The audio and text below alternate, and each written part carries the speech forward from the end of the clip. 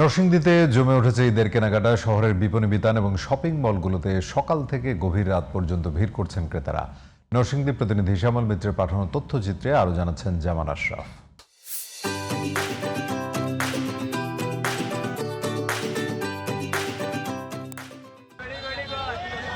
ঈদ ঘনিয়ে আসার সঙ্গে সঙ্গে কেনাকাটায় ব্যস্ত সময় পার করছেন নরসিংদীর ক্রেতা বিক্রেতারা। উপচে পড়া ভিড় শহরের পোশাক, জুতাসহ প্রসাধনীর দোকানগুলোতে।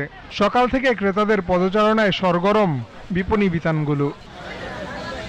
স্বাভাবিক সময়ের চেয়েও বাড়তি দামে পোশাক কিনতে হচ্ছে বলে অভিযোগ ক্রেতাদের। সব মিলে ভালোই, মোটামুটি এত বেশিও না বা এত কমও না। আমি আব্বুর সাথে আসছি, ঈদের জামা দেখতেছি, কিনবো। তবে আগের চেয়ে এবছর বিক্রি কম বলে জানালেন বিক্রেতারা। বেচা কেনা মোটামুটি বলা চলে, খুব আহামরি যে খুব ভালো তা না। এবছর আমাদের এখানে সারা, তারপরে ফার্সি এদের চাহিদাটা খুব বেশি। এবার ঈদের কালেকশন সবচেয়ে বেশি চাহিদা হলো আপনার সুতির শাড়িটার উপরে চাহিদা যাচ্ছে।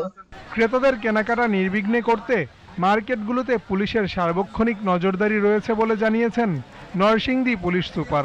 বিভিন্ন শপিং মল, বাজারে ক্রেতা বিক্রেতা নির্বিঘ্নে আসতে পারে এবং তাদের পছন্দসই কেনাকাটা করে তারা নির্বিঘ্নে বাসায় যেতে পারে। এ লক্ষ্যে আমরা রাস্তার নিরাপত্তা আমরা জোরদার করেছি, মার্কেটগুলোর নিরাপত্তা জোরদার করেছি।